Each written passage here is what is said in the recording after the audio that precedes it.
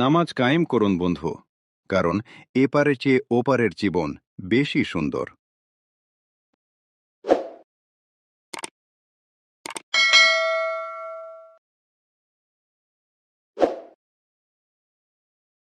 Manchester United ছাড়ার সিদ্ধান্তে Casemiro অটল। Manchester United ঘোষণাটা গত জানুয়ারিতে দিয়েছিল ক্যাসেমিরোর সঙ্গে সম্পর্ক শেষ হতে চলেছে তাদের।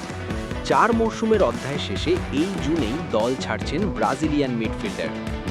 মাইকেল ক্যারিকের অধীনে সম্প্রতি ক্যাসেমিরো ফর্মে ফিরেছেন। শেষ 3টি প্রিমিয়ার লিগ ম্যাচেই করেছেন 2 গোল। ম্যানচেস্টার ইউনাইটেডও ঘুরে দাঁড়িয়েছে। তাহলে কি ক্যাসেমিরো ওল্ড ট্রাফোর্ডের ক্লাবটিতে থেকে যাচ্ছেন? সিদ্ধান্ত বদল করবেন? না, ক্যাসেমিরো আগের সিদ্ধান্তেই অটল আছেন। আজ ফ্রান্সের বিপক্ষে ব্রাজিলের ম্যাচ শেষে এই কথা জানান তিনি। 34 বছর বয়সী ফুটবলার বলেন, আমি এখনও অনেক উপভোগ করছি। ভক্তরা আমার প্রতি যে ভালোবাসা দেখিয়েছে তা সত্যি বিশাল। কিন্তু আমি সত্যি বিশ্বাস করি সিদ্ধান্তটি ইতোমধ্যেই নেওয়া হয়ে গেছে এবং তা চূড়ান্ত। আমার মনে হয় ম্যানচেস্টার ইউনাইটেডে শেষ দিকটা আমার জন্য কিছুটা কঠিন মুহূর্ত হয়ে উঠবে।